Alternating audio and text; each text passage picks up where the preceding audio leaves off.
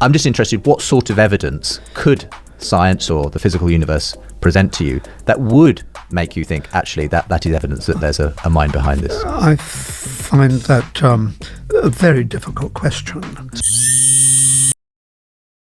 Two brilliant minds, one explosive question. Is the universe fine-tuned for life?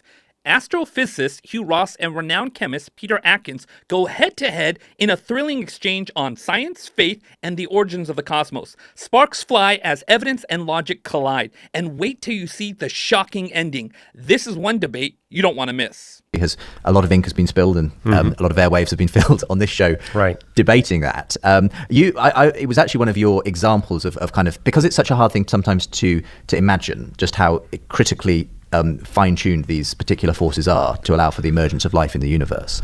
You had a very good analogy for it in, I think, one of the early editions of Creator and the Cosmos, where you talked about piling pennies up to the moon. On continent. Can you just describe that? Because that helps people, I think, to give a sense of what we're talking about here. Well, I'll just give you a few minutes to do that before Peter pitches I think we both agree that the fine-tuning evidence is strong, but where I think we need to go is, okay, if there's no God behind all this, we're going to eventually see the fine-tuning evidence decline. But if the fine-tuning evidence gets stronger and stronger from a Christian worldview perspective, that's really evidence for a Christian worldview. And so that's kind of what we're documenting. Give us an example of the fine-tuning and talk about pennies being piled up on continents and how that demonstrates. Well, for example, to have life possible in the universe has to have a certain cosmic mass density. It has to have a certain space energy density. And we can measure how fine-tuned it must be in order for there to be any possibility of life anywhere in the universe. And it's at a level of 1 part in 10 to the 122nd power. And that far exceeds the best example of human engineering fine-tuned design by about a factor of 10 to the 97 times, which means the one that was responsible for that fine-tuning design must be more intelligent, more knowledgeable, more creative and powerful than we human beings. I mean, fine-tuning is basically an analogy argument. We compare our capability for fine-tuning design, what we see in the universe to make our existence possible. The other point we make is it looks like the fine-tuning evidence is much more persuasive if you want humans compared to if you want a bacterium. And particularly if you want a lot of humans on a planet with the technology where they can discover the great philosophical truths that lie behind the universe. That's where we see the greatest exponentiation of the fine-tuning evidence. And the fact that every month the fine-tuning evidence gets stronger than it was the month before. I mean, one of the analogies I enjoyed was that given one of these forces that require to be so very specific in order for life to be able to develop in the universe to 1 part in 10 to the 37, and you compared it to covering the entire North American continent in dimes, all the way up to the moon, a height of about 239,000 miles. Next, pile dimes from here to the moon on 1 billion other continents the same size as North America. Paint one dime red and mix it into the billions of piles of dimes. Blindfold a friend and ask him to pick out the one dime, and those are the odds that they'll pick out the red dime at the odds of 10 to the 37. And that's very conservative. That's a very conservative. Yeah, the odds are much more remote. I think that kind of helps people to slightly grasp just how precise these values had to be, given that it appears they could have taken other values, but that they have these very specific values that do allow for the emergence of life. Now, you're familiar with this argument, Peter. And people like Hugh have been pressing that the atheist has to answer this problem. Why do we live in a universe which is so apparently fine-tuned for life to exist when it could have been otherwise? Well, is that not a very powerful argument for there being a creative intelligence behind it? Let's unpick what's been said. First of all, God seems to have favoured rock more than life, as there is more rock in the universe than there is life. So he's made a peculiarly difficult selection of fundamental constants to get life. He could have chosen a different set of fundamental constants and avoided all the rock that there is. Think if all the rock was alive and worshipping him, he would be really satisfied. But that's rather we'll let you come back to that in a moment, but yes, carry on. So God favours rock rather than life. Yes. Secondly, we're basing our views on the kind of chemistry that we're familiar with, and different fundamental constants also lead to different properties of the elements. So maybe a slightly different choice of fundamental constants would mean that, say, aluminium or silicon would play the role of carbon much more satisfactorily than carbon currently does. We've no idea. Okay, but these are sort of superficial arguments. Got two more arguments. Okay. One is the possible argument I know Hugh is expecting me to roll out. That is that there's trillions of universes, and that The multiverse hypothesis. yeah, you have to be careful with that term, but let's call it multiverse. Because there are quantum mechanical illusions there as well, which I don't want to go into.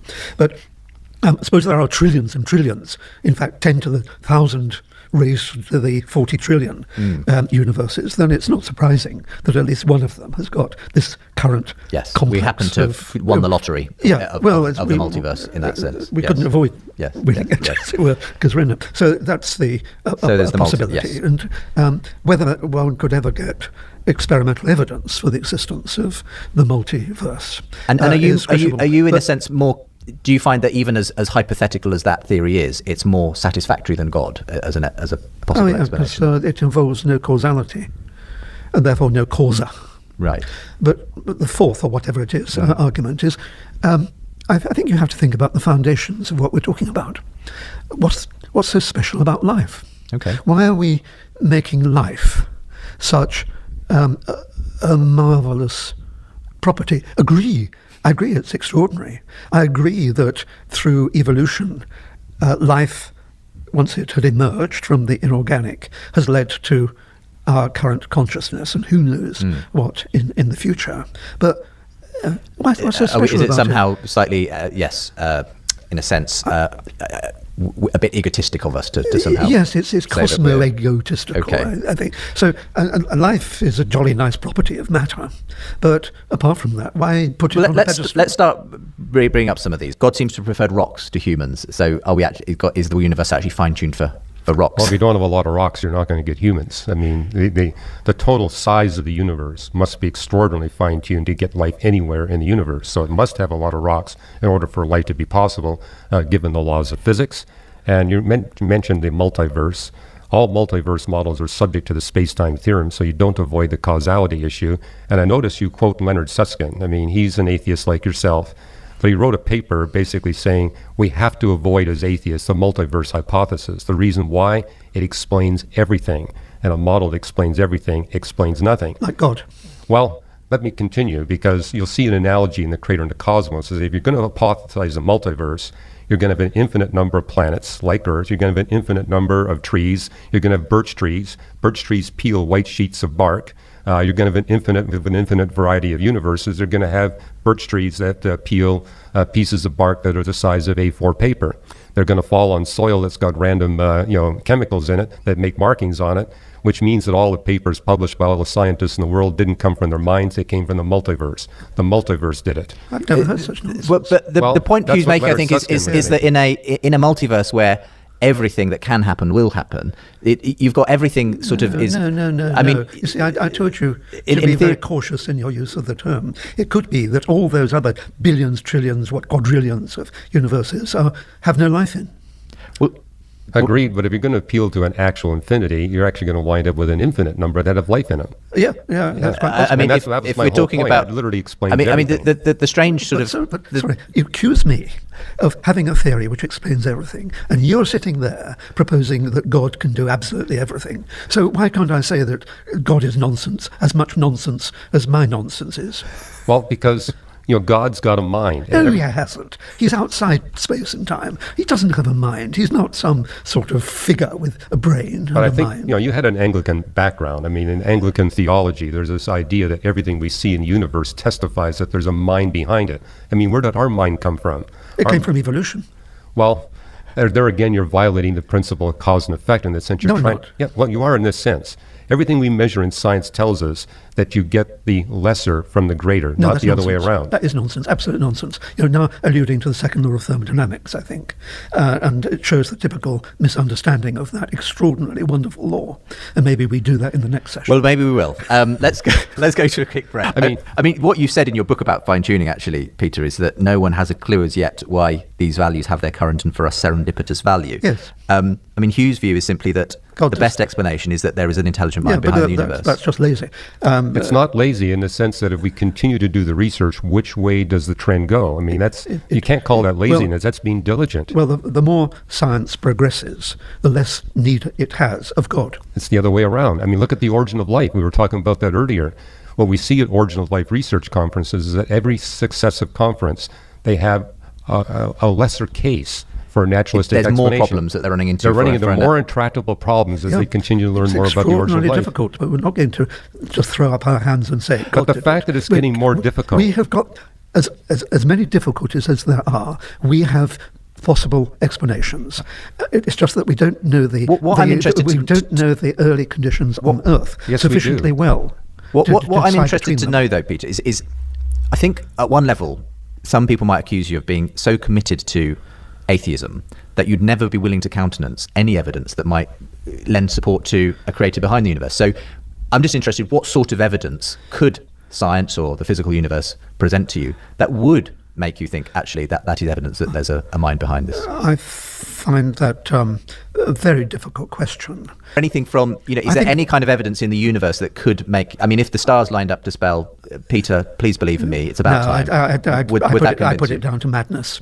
You put it down, so To personal madness. right. Yeah. Well, it sounds like, Peter, that there's no evidence that would persuade you away from atheism. Well, to be honest, I think that's probably the case. As the discussion ends, Peter Atkins openly admits that nothing will convince him. A powerful example of one type of atheism. And if you've been paying attention, he moves from a kind of weak atheism that states, hey, I haven't seen enough convincing evidence, to strong atheism, which also states, hey, nothing can convince me of God, and to this more defiant form of atheism that says, I refuse to believe in him. Hugh Ross also exposes the problem with the multiverse explanation. It simply pushes the universe back without solving the mystery of fine-tuning. If you go back behind all the other universes to the ultimate universe, the first universe, the question is, what created that as well? Evidence ultimately points to a mind behind the universe, something Scripture has affirmed for thousands of years. Paul wrote, for since the creation of the world, his invisible attributes are clearly seen, being understood by the things that are made, even his eternal power and Godhead. So they are without excuse. Romans chapter 1, verse 20. When we look at the fine-tuning of the universe, the simplest and yet best explanation isn't chance or the multiverse, it's God. Hi, my name is Anil Kanda. If you've enjoyed this eye-opening exchange, don't forget to like and subscribe for more exciting content.